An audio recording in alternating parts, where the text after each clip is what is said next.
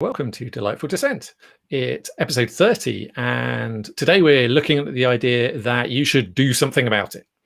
And I think this is a really interesting one because that need to fix something, when it's difficult, particularly when it's difficult, unpleasant, and awkward, and just to get rid of it, get it done, solve it. That's a really big thing, and definitely something that I've experienced, and definitely doesn't always help. So today's guest is Kevin Davidson, the owner and coach at Mindful Masculinity. So it's great to have you on the show, Kevin. Thank you for joining us. It's a pleasure to be here. Thank you for inviting me. That's brilliant. So if you're new to Delightful Dissent, this is a show about those kind of hidden barriers and the assumptions, the deep assumptions that we don't explicitly make, but that can really trip us up. It's about challenging those and exploring those. And it's intended to give you a few ideas and maybe help you deal with some problems, some challenges that you've having in your life. But it's really, perhaps more importantly, it's about modeling that and everyone being able to challenge these assumptions. Because what I want to do is make that a normal thing. Allow us all to be able to have a rethink and to challenge the way that things are done. And it's called Delightful Dissent because we are actually standing up saying, okay, this isn't how things are. We disagree, but to be able to do so in a fun, joyful, playful way instead of it being all about kind of winning and proving someone else wrong. This show is genuinely live, so if there are any technical issues, then please do bear with us. It happens from time to time, and we are also, we may also talk about some challenging topics. So if there's anything you might find triggering around this, then please do be warned. We sometimes do talk about personal things. There may also be strong language. So if either of those things are an issue for you, then please do just know that those might come up in the show. There aren't any perfect answers here. This is about asking questions. We'll be asking questions of each other and of you in the audience. And if you have questions back, then please do share them. If you're watching live, then you can comment on the YouTube channel, on the YouTube comments. If you're watching on the replay, then there'll be details about how to get in touch with Kevin and me at the end of the show. So this is this show came from my work about really exploring, championing the work of people who are taking a different approach to the big, messy, difficult stuff that is out there and is not always attended to. And my guest is one of those people. We met a few weeks ago, and by quite, I'm not sure what there is a bit of a theme here because Kevin is the third drumming coach to appear on the show. And there may be some selection stuff, some selection bias going on here, but it's not deliberate, but it's an interesting theme.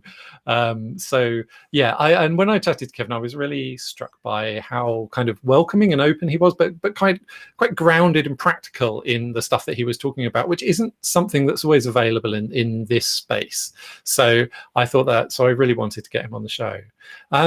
Kevin, could I ask you to maybe describe your work in your own words and who you like to work with? I'm just glad you didn't ask me to actually drum live. That's all. Yes, my coaching practice is Mindful Masculinity, and the purpose of it is actually to work with men. My niche is working with men unable to have children, and it's for them to feel more complete, because not being able to have children can leave you feeling devastated, unfulfilled, and quite broken. And my main purpose in the business is actually to move people forward. It's to give them their power, because a lot of the time, because of that impact, they feel like they've lost their power. I coach men in general. I mean, that is my niche. And it really goes about being a man today, where there are a lot of conflicting feelings men go through. We can be celebrated for being men and at the same time demonized at the same time. And there's something about masculinity that brings up themes of warrior, fierceness, aggression, power, domination. And with putting mindfulness against that, it really creates a space so people, men in particular, can actually think and observe their masculinity in a calm way and understand how does it fit in their life, how does it connect with other people, and how can it best serve them and the people in their life too. So that's really the structure that I coach through. Lovely, thank you very much. Yeah, I think it's a really important thing to be able to work with the energy that you have, whatever that is. And a lot of my work and a lot of the guests on the show, actually, we've spoken about how, the negative emotions and like anger and the kind of need to change something are often seen as quite negative. Is that, well, skillfully channeled, they can be really positive, but that's a very hard thing to come by, and not something that is always available to us, and certainly not something that we've always taught by other people to express well. Absolutely. Sorry, was there a question that you asked? No, not at all. That's fine. So yeah, before we get into the actual assumption, the actual idea too much though, have you got a quote you'd like to share with us about it? I do. The quote for today is, "Open your ears and unclench your fists." Now, that's really to do that sometimes in social situations, because you're in a state where you are uncomfortable, you can actually feel threatened. And that can close off your ability to understand what people are saying to you and take in what's coming your way. And the closed fist is that because of that threat, you're very tense and you're really up for a bit of a fight, really. So that's the quote, is about opening your ears and unclenching your fist to allow what's coming your way to be understood and taken in. Yeah, I think that relationship, there are situations where you can listen and situations where you can't, and the fact that those are quite a lot of that is actually about internal, your internal state, rather than anything going on in the outside world. And certainly in social situations where listening is absolutely necessary, I think that it's such good advice. I think to kind of relax into it, but it's actually quite a hard thing to do. It's practice, isn't it? I mean, I think it's not something that you can necessarily, or certainly in my experience, that you can just do by thinking, okay, I should do that. Sometimes it takes a bit more than that.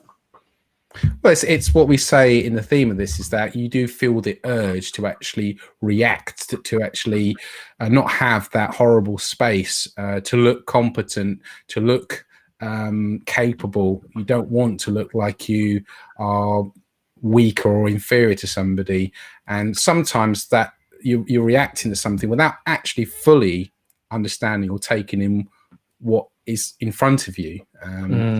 And that's where that we talk about is fight and flight. It's about survival, really. Yeah, and it's a really interesting one, because I think you look at our kind of history, our deep history, our evolution, and the social, the effect of like a lot of social things was really serious when we lived in a small group of 150 or so individuals, 15,000 years ago or something, when we evolved, is that many of the social situations that we do still find triggering would actually have been really threatening.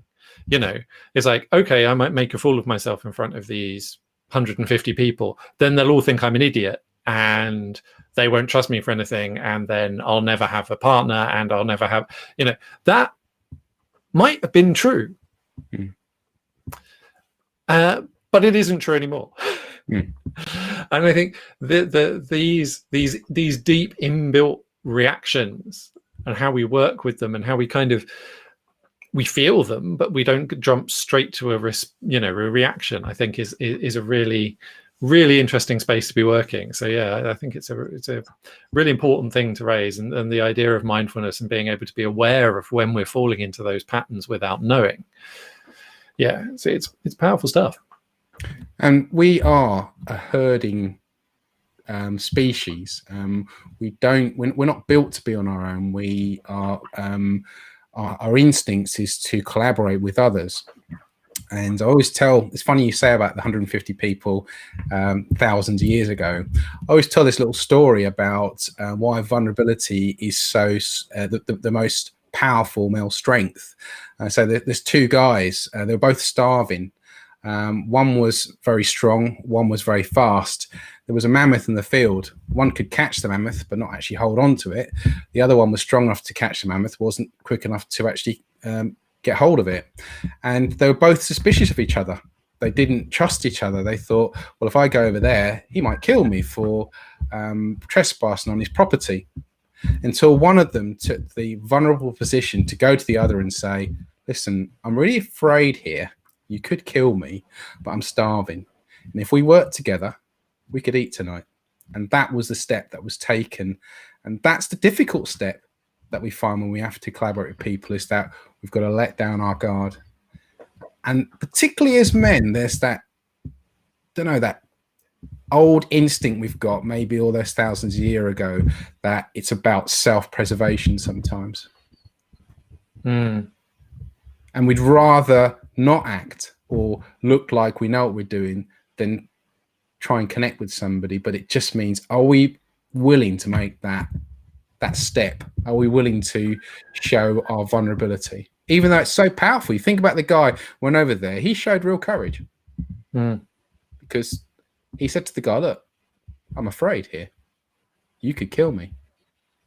That shows real courage. He didn't go over there saying, well, okay, let's man up and look tough, which people tend to do, because deep down they are afraid. So just in this, this is what happens in social situations. You probably felt this way, Matthew. When you are having that feeling, what goes on with you if you're uncomfortable?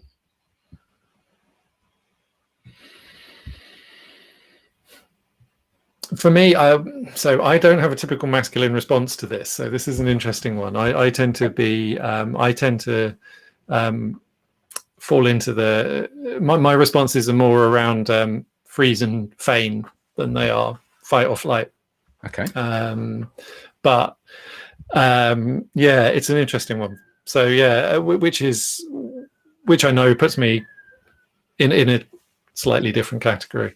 But I can very much, I very much see it around, and there is a part of me that feels that way, that need to kind of, I think for me it comes around when I think about myself in the context of responsibility and leadership, particularly. The other people who I'm concerned about will feel afraid if I don't show that level of certainty. And that makes me feel, like I'm not looking after them properly, that I'm not, that I'm failing them. So I think for me that's how it plays out, actually. But is there a threat? Do you still feel that threat? It obviously is a response to it, but how do you feel when it's uncomfortable like that? The discomfort. So this is really, for me, the discomfort isn't, it feels uncomfortable. It feels tense, but I'm actually quite used to holding tension for others in that space. So that's actually my default response. It's interesting for me. Actually, the work is getting comfortable with the actual doing and the kind of, and it's two sides of the same coin, because it's always a cycle. So but for me, it's actually kind of the other side that leads almost. And I think knowing that they're always both are going to be present, but one side, but we're all stronger with some things than others, and that ability to kind of know where your strengths are and lead from your strengths. When they are doing, that's brilliant. I love being surrounded by people who are good at good executors, good at doing and good at getting stuff done, because I'm not. It's not my strength. I'm good at exploring and playing with stuff and coming up with ideas and like actually implementing them. I can do it. I'm not very good at it, and I don't enjoy it that much. So I think it's like, and that ability to, there's something so satisfying in whatever you're good at, being able to do that well, and so frustrating in kind of feeling denied that. So I think that frustration is definitely part of it for me. I feel that feeling of being blocked by something. Yeah, when I want to do something about it, but I can't figure out how to approach it. And it's interesting because I've never come across that with men. The freeze and feign is something I've never come across, because it's usually a case of I'll meet it head on, or I'll run away. But I suppose by doing that, you give yourself a little bit of space, don't you? A little bit of time to think what you're doing. And I guess that's what the fight and flight's there for, is either to eliminate something so you can think, or to run away from something to actually provide that space. But obviously, one of the things that people try and achieve in this is this control thing. They try and control the situation, which means controlling their emotions, their abilities, and trying to do the same with the other person to minimize what's happening. And if that sometimes impels people to act, sometimes a bit rashly, I think. I think it's, for me, what comes up, what I sense anyway, and in me a bit, but actually in other people is the need to get to solve it. It almost doesn't matter whether it really works or whether it's really effective. Right. It's just it's so uncomfortable that it feels like people want to be just okay, we got to the end. It's that feels without thinking about whether that's an end you wanted, or but it's almost like anything but this uncertainty, anything but holding in this space of not knowing, of feeling vulnerable. But what I found from my experience is that when I'm threatened, I tend to go the other way. I tend to become quite rigid and quite defensive. Maybe that's how I actually create space, is with that. I kind of stop people coming forward and stand my ground a little bit. And it is about trying to control my emotions, control the situation. And I can see when I have been dealing with people, how it's not actually realistically what's happening at the time. I am afraid. I am angry. I am feeling kind of sometimes sad, but I'm trying to switch those off. And I think by switching those off, everything else gets switched off. Hearing, understanding. And you ever had this situation in a conversation where suddenly you say something which is utter rubbish? It just comes out. If it doesn't happen in the next 3/4 of an hour, I'll be amazed.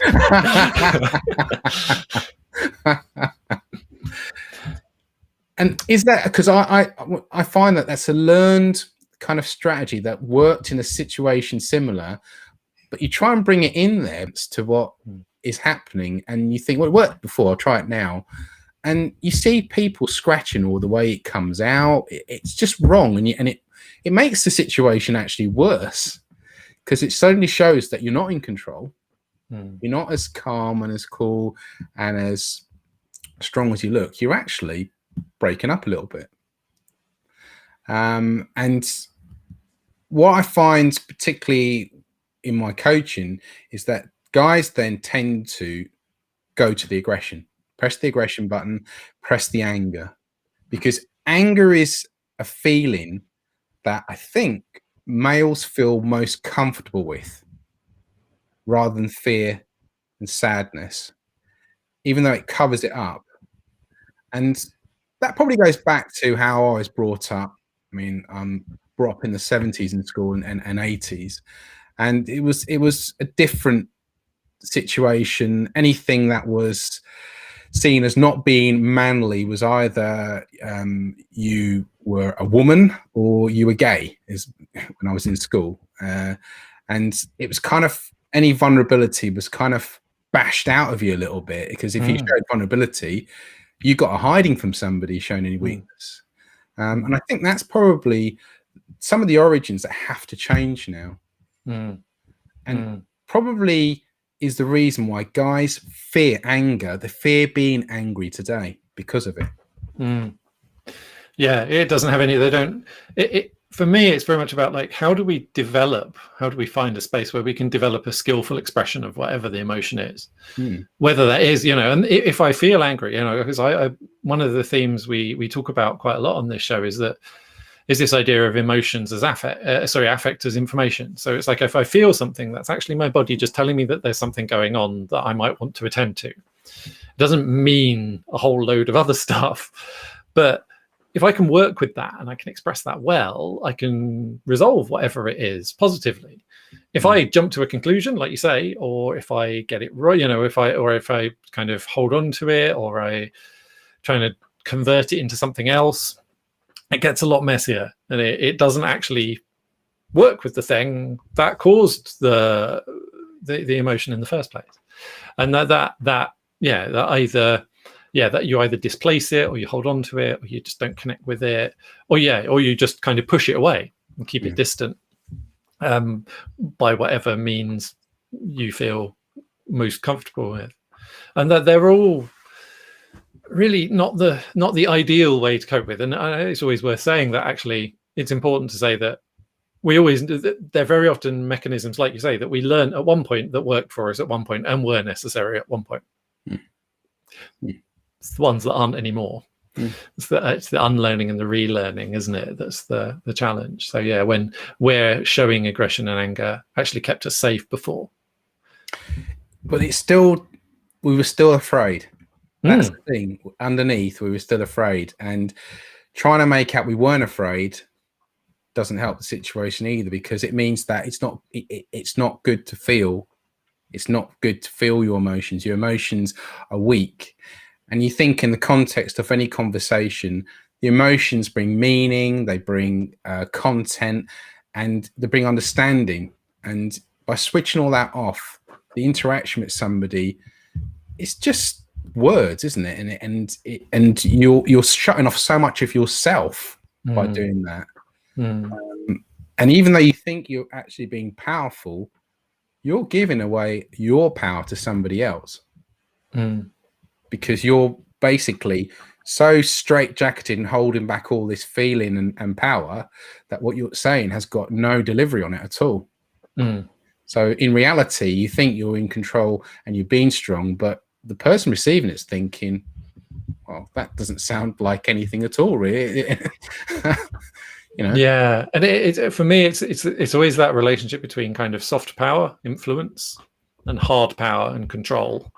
And I think where this can go really wrong is with authority, people who have some authority and use that authority to make up for the fact that they're not doing that. The kind of forcing it on other people because you can, through physical power, through kind of organizational power, through whatever it is. And that can become really, really toxic and unhelpful.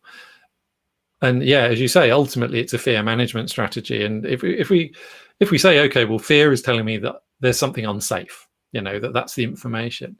The irony is that in general, in the long run, it makes things less safe for everyone. Absolutely. Yeah. And this thing about, it's interesting you say about being dominant and being authoritative. This is something I've come up with some workshops, and I do ask the question, why do you feel the need that you have to be so direct and dominant to somebody? And after a bit of exploration, you find that because they don't believe that person believes them, will listen to them, or respects them. So without giving them any room to come back or any way of breaking their sort of strong drive towards them, they reinforce it and push it towards them. So they're sort of like hit by this volley of pure volume and directness. But if you ask the person, do you really want to be that way? Do you want relationships with people that way? And they'll say, no, I don't have any friends, and I hate myself when I actually perform that way.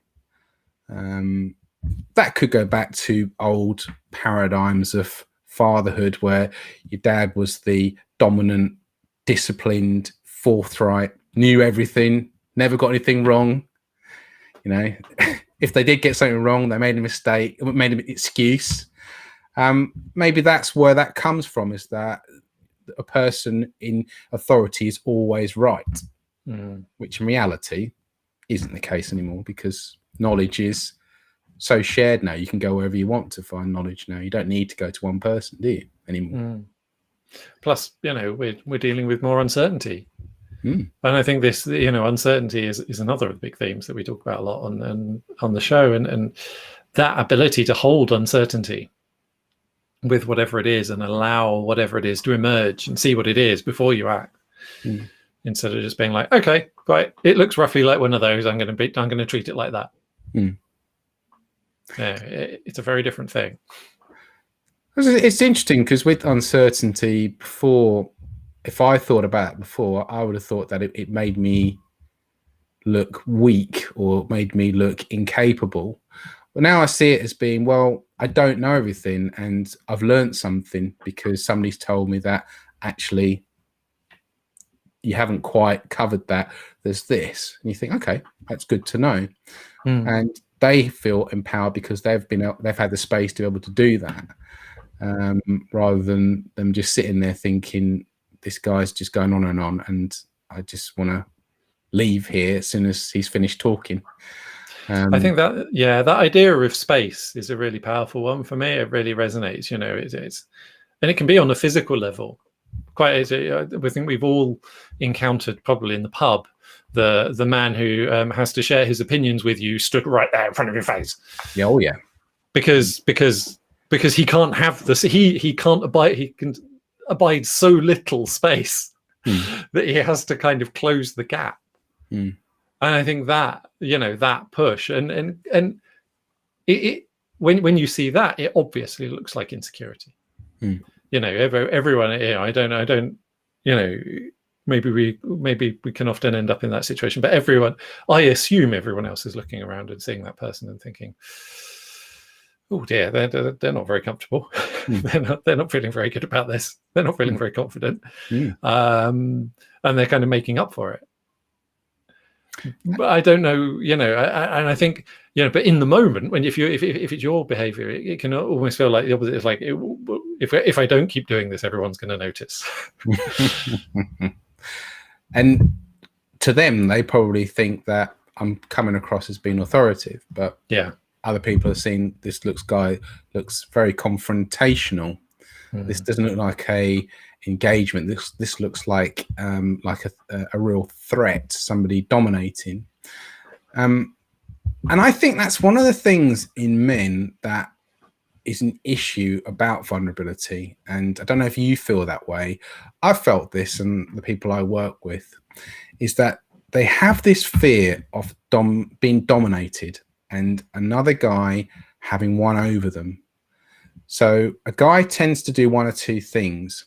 He either doesn't show anything, which means he leaves the other person guessing, doesn't give him the ammo to have a go at him, or they man up and say, try and break through my constants and see, you won't get through. But then there's no learning, and there's no sharing. I don't know if you've come across that trait. Yeah, I have. It's difficult for me because the way I'm experiencing this conversation, it's a really helpful conversation, actually, is I'm getting more of an understanding of some of the things I trigger in other people without intending to, rather than actually experience myself necessarily, or not in quite such the same way. And yeah, definitely, I think that that need to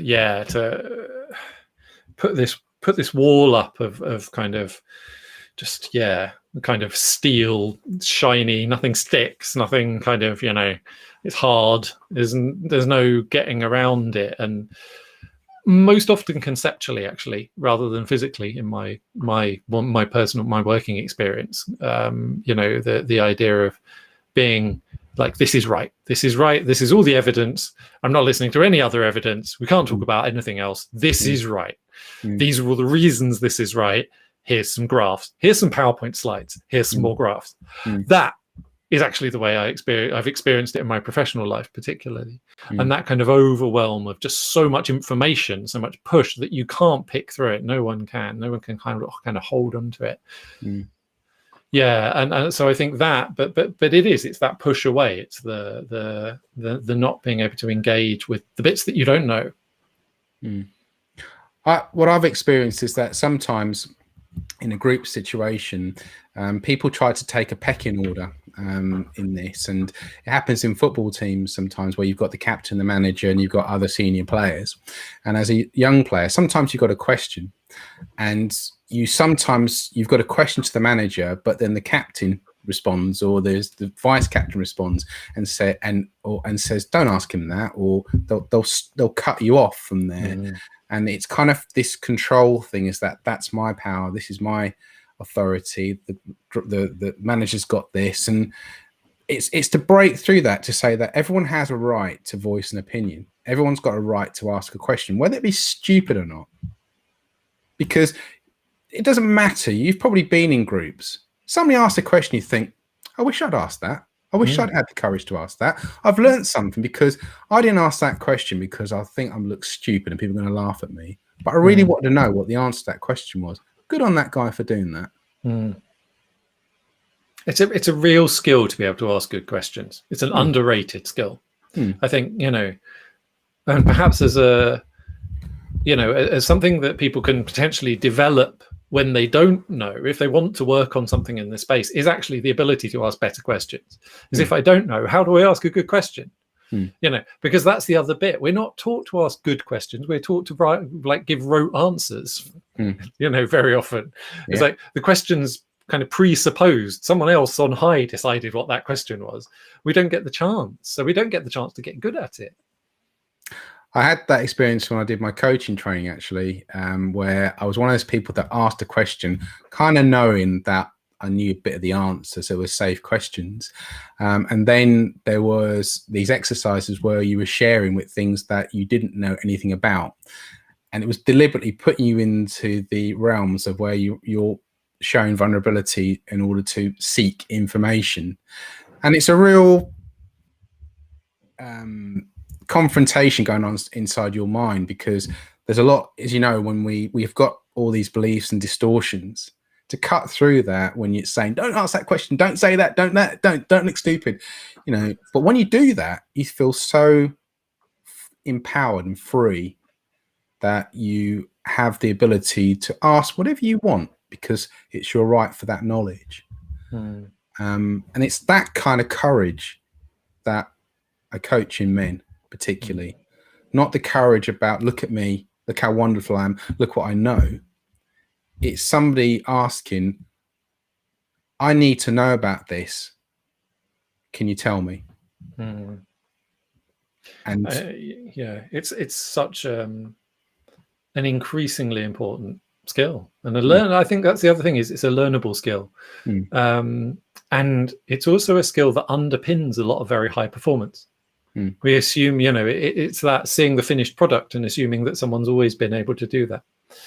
And actually, for those of us who work in uncertain domains, whether it's business or, whether it's anything complex, anything where there's a high degree of uncertainty, whatever it is that ability to ask questions that underpins the later performance, the ability to make mistakes well, to learn from the mistakes, to try things that are going to, if they go right, that's great. But if they go wrong, that you'll be able to learn from them. And there's this whole set of skills that we don't really talk about very much, because when we get too busy with just the doing and the getting it done, the gotta solve it, gotta get it done, it goes out the window, and it prevents us from doing something different. I often talk about efficiency and effectiveness with my own work, with organizations and with people at work, and that very often it feels like we choose efficiency. We know how to do it. We've got all the stuff. It's brilliant. Okay, great. We'll do that. But it's not going to do what we want. There's the story about, someone searching for their keys under the so someone comes along, sees someone looking at the ground under a street light at the night, and they're like, and so, what are you doing? I'm looking for my keys. It's like, where did you drop them? I dropped them over there in the bush, but the light's better over here. Yeah. That perfectly sums up efficiency, not effectiveness. It's harder to do it over there.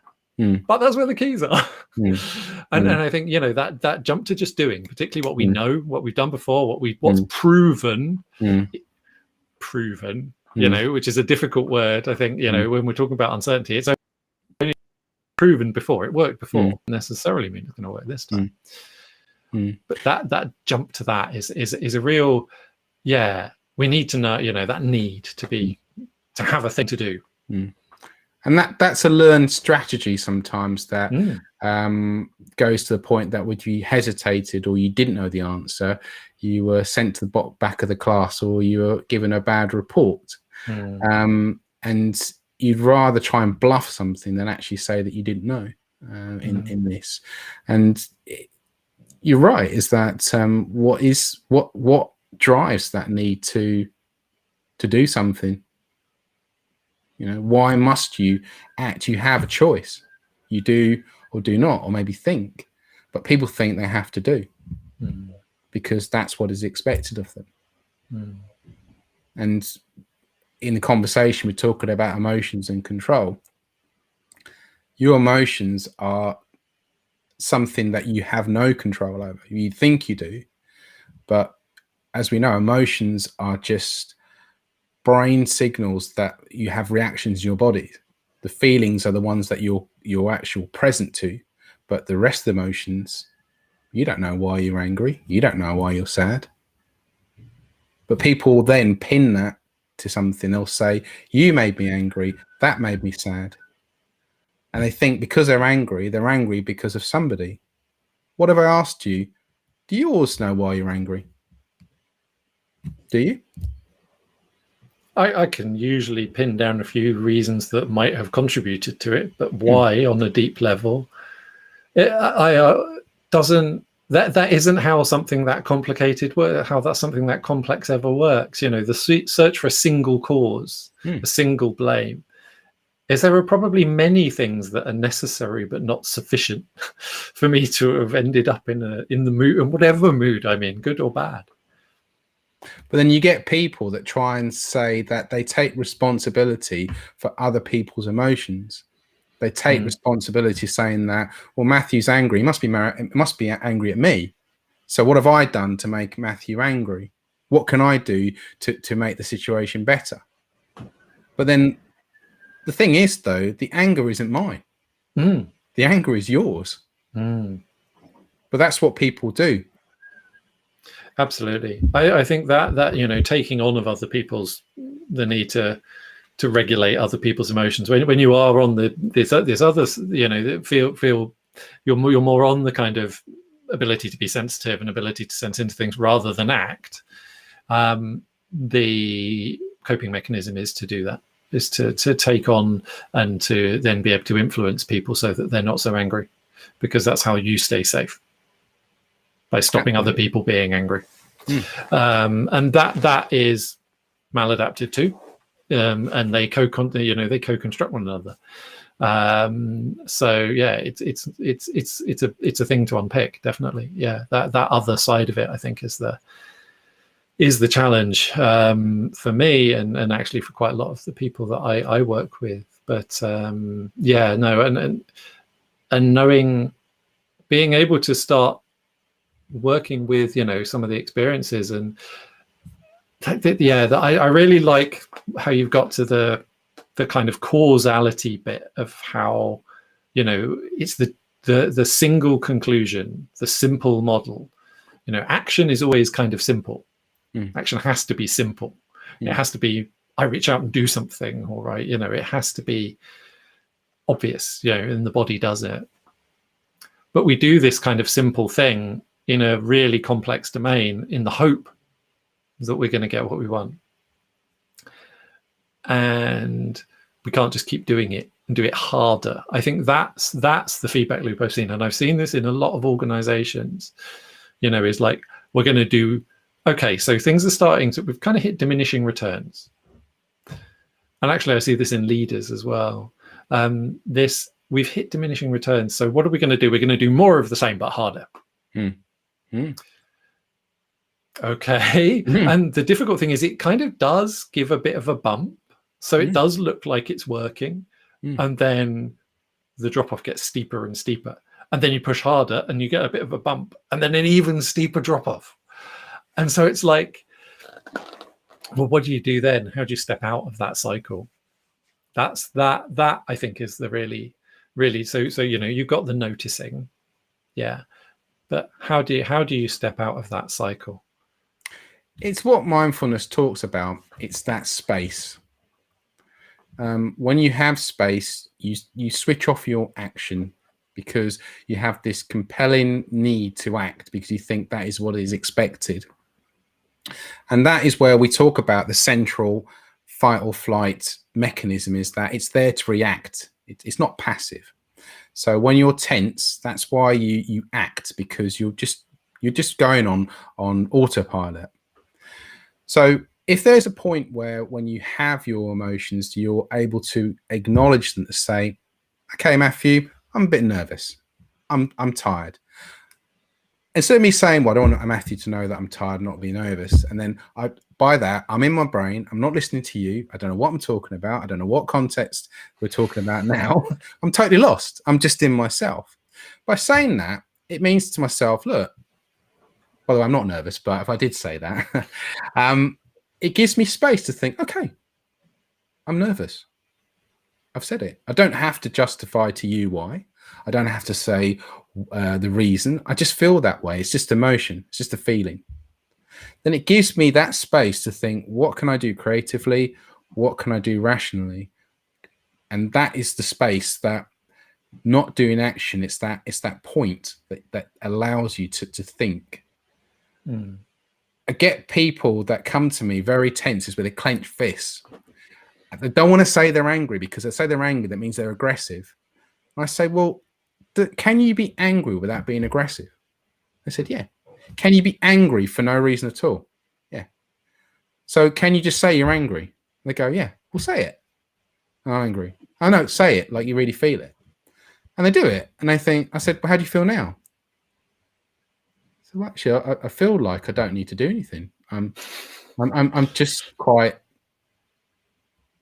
peaceful, really. And I can think, let me think about this, or maybe I could speak to somebody. Maybe there's all these thoughts come into their mind because the threat has been taken away. It's like, yeah, you're angry. Your body's saying, but you're not under threat, so not needed. Adrenaline's not needed. You're not in a fight. You don't have to run. And you're there now in that space. Mm. Mm. For me, it feels very much about giving yourself all of the resources available to you to deploy in the most helpful way. So first of all, I think, when you're when you don't acknowledge an emotion, when you don't want other people to see it, there's an effort involved just in masking that. There's a part of your brain, probably unconsciously, but still a part of your brain that's doing work and actually thinking about things. Being like, well, how can I hide this? How can I interrupt that? I'm always monitoring, always watching. And whilst you feel that and it's unacknowledged, that part of your brain is going to be working really hard and it can't be used for anything else. Mm-hmm. So energy goes where attention flows, isn't it? That's the old saying. That's it. Yeah. And with this is where in my niche, when you've got men who have felt, I've been that way, where you basically shut down, you withdraw and you shut down. And that's the point where you're holding it back and nothing goes in, but nothing comes out. And that's why it's important to have this acknowledgement, because when you acknowledge that, you can start the healing to actually start thinking, what can I do? What resources, what support, who can I talk to? You just got to take yourself that, as painful it was for me, I'm not going to be a father. It's hard to say. And the emotions that come out with that. And this is where guys in particular in this situation feel, because of these macho Bible of what is manly, what isn't manly, like soap on a rope and call my car Dennis instead of Gloria. It's okay to say that, and they're just hiding away. And once they do that, they can start to re-engage back into with other men. Mm. Feeling more equal. Before, it's this thing about saying, well, I must be inferior. I've got it, I haven't been able to do something I want to do. But that's their belief now. Mm. People aren't thinking that. Mm. So that's why it's in context. So it's important about acknowledgement when I actually coach people in that situation, because I say to them, you have your power. It's about you taking ownership of that power. Because with that, you can become responsible and you can start to redefine who you are and what being masculine is to you, not in the context outside of you. That's the starting point. I think responsibility is such a, for me, I was going to say it's a misunderstood word. I misunderstood responsibility for a long time. And I think I got that. I think I share that misunderstanding with other people. And I was, I picked it up from somewhere. This idea that responsibility is kind of fault, blame, has to carry everything, rather than what responsibility actually is. It's there in the word. It's response-able, the ability to respond. Yeah. And response implies choice. If we can't make a choice, if we don't have that space, it's not responsibility. It's something else. Yeah. And I think that, but using the kind of power and the energy and the creativity that you do have to carve out that space, however that looks for you, feels like quite a lot of this kind of work, actually. But this is why I say about the ownership. Because a lot of the time you're waiting for other people to give you permission and the other people to provide that for you. It's about you being you have the control. But remember, it's not just about shutting everything off. You have all your power available to you. You can react in any way you want to, because you now say, these belong to me. My anger, my fear, my sadness, my joy are mine. Yeah. And then from that, then you can start to express emotions, because it's got nothing to do with other people. Yeah, I think, sorry, when I say it's always interesting when we get into, I think for me, when I say react, I mean behaviorally, so like to act it out. But yeah, your experience of a thing. Yeah, absolutely. How you experience the thing. It's like, can you hold that experience? That is yours. That is absolutely yours. And it's that breaking that link between experience and the rote learned the reaction, the action. I think for me, yeah, but yeah, I think we may be talking about something quite similar. And you've probably experienced that, where you may be hurtful, maybe you've banged your foot on something, and somebody goes, "That didn't hurt. That didn't hurt. That doesn't hurt." And you're thinking to yourself, "I'm feeling this. How do you know?" Yeah. But somebody's telling you shouldn't feel that way. You shouldn't react that way. You shouldn't be that way. And when you look at it now in the calmness, when you've got space, how realistic is that to live your life that way? Where are you? Where do you come into that? And the idea that you can, that it's the avoidance of pain. And that we shouldn't feel pain. It's a strange one, because it's one of those things. There are a few different things that people think, actually, it sounds like I'd like that have really negative consequences, and not feeling pain is one of them. So there are some people with a genetic difference that leads to basically them not having pain receptors. They can feel touch, they can feel warm and cold, but they don't feel pain. Very few of those people live beyond their 20s. Yeah, absolutely. So the idea, that we shouldn't feel pain, things shouldn't hurt. And if things hurt, then we just do something about it. That feels like definitely something that we could, we can say safely that there is, we can, if it hurts, you don't need to do something about it straight away. you can be with it. Yeah, it's present. It hurts. You feel it. You're trying to say it that doesn't hurt, but it does. Yeah, I totally agree with you on that. I was just thinking that there was something I was going to say there, but the thought's just gone out of my mind. What you were saying there, but I agree what you've just said there. Yeah, definitely. So if someone's listening to this and would like to kind of explore this for themselves a little bit, maybe play with it, just whatever, how would they maybe go about it? What could they try that might help them explore this a little bit?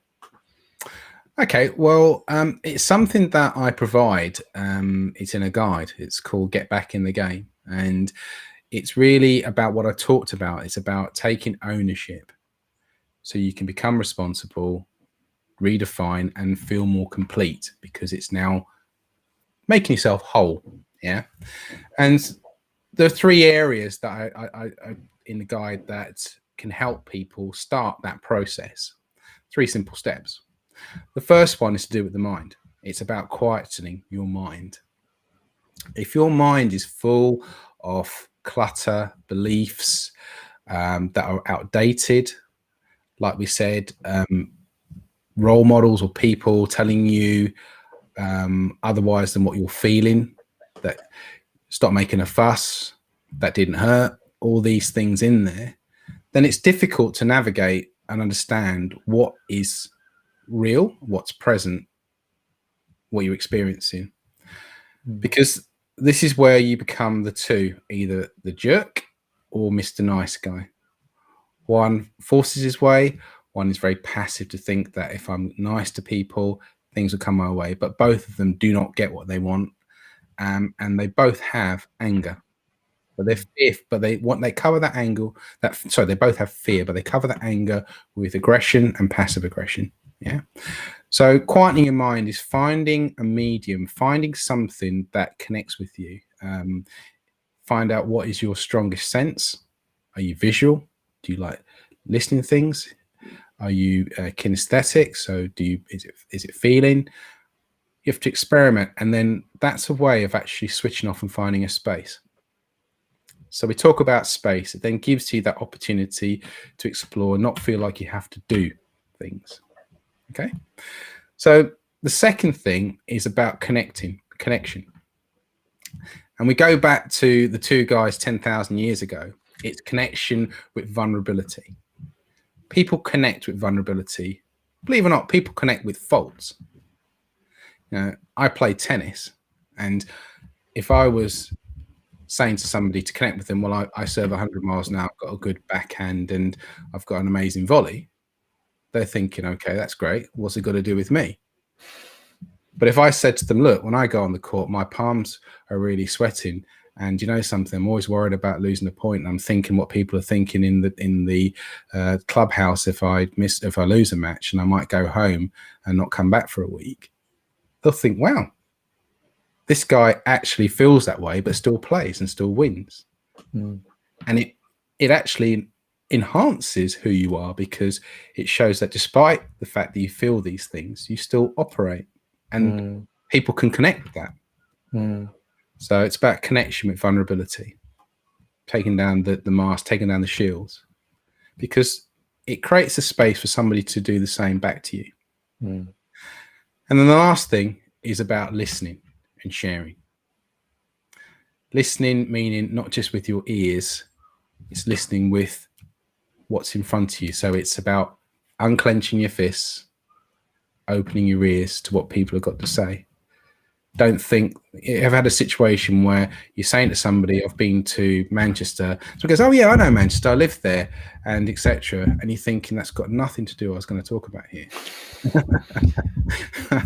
So it's about listening, and it's also about sharing. And sharing is about that vulnerability, sharing about not what you want people to think about, hear about you, all the nice things that look good. It's about sharing what you really need someone to know about you. And I always say, sometimes I've done it myself to my parents. You go up to someone and say, listen, I really needed to hear this. This is really important. to me. And I want to tell you this because you're a really important person, but just hear me out. That's sharing. Yeah, because you get someone's attention, and people. And I say, does that sound weak?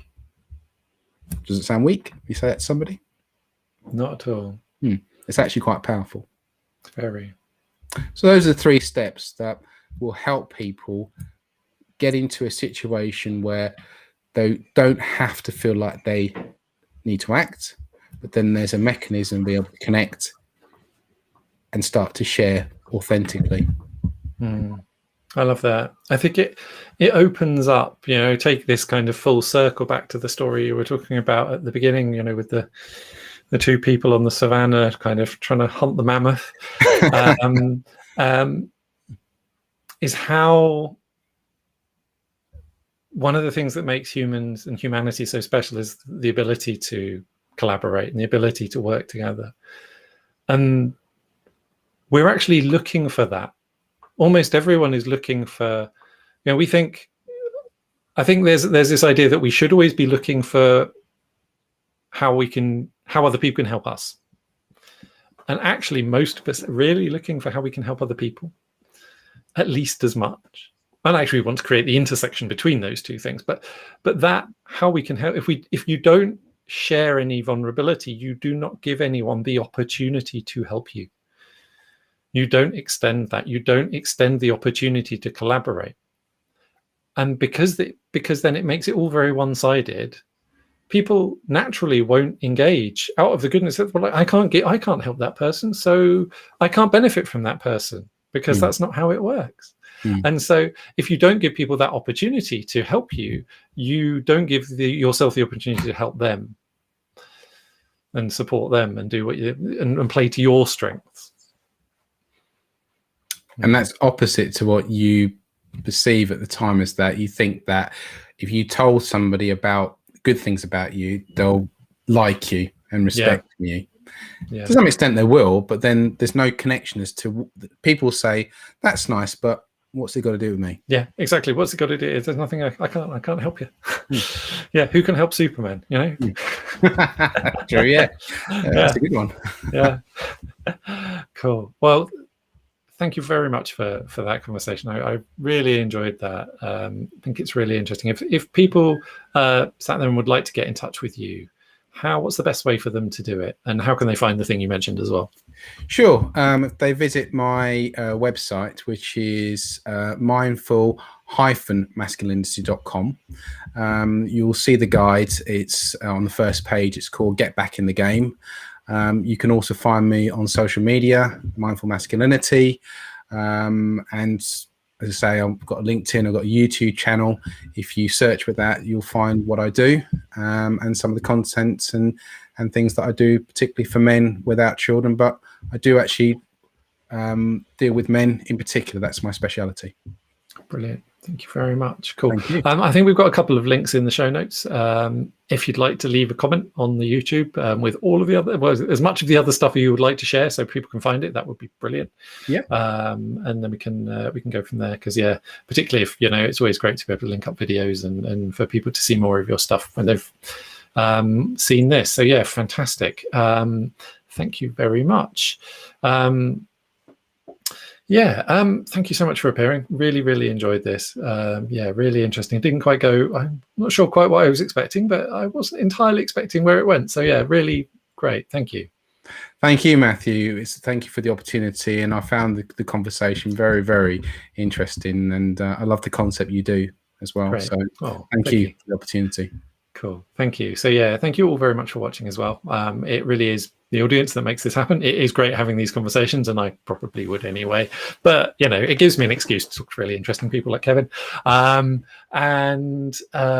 So all of the other episodes are also available on YouTube. You can find it. There's also the podcast available. Episodes tend to lag a week or two behind, but if you prefer listening that way, great.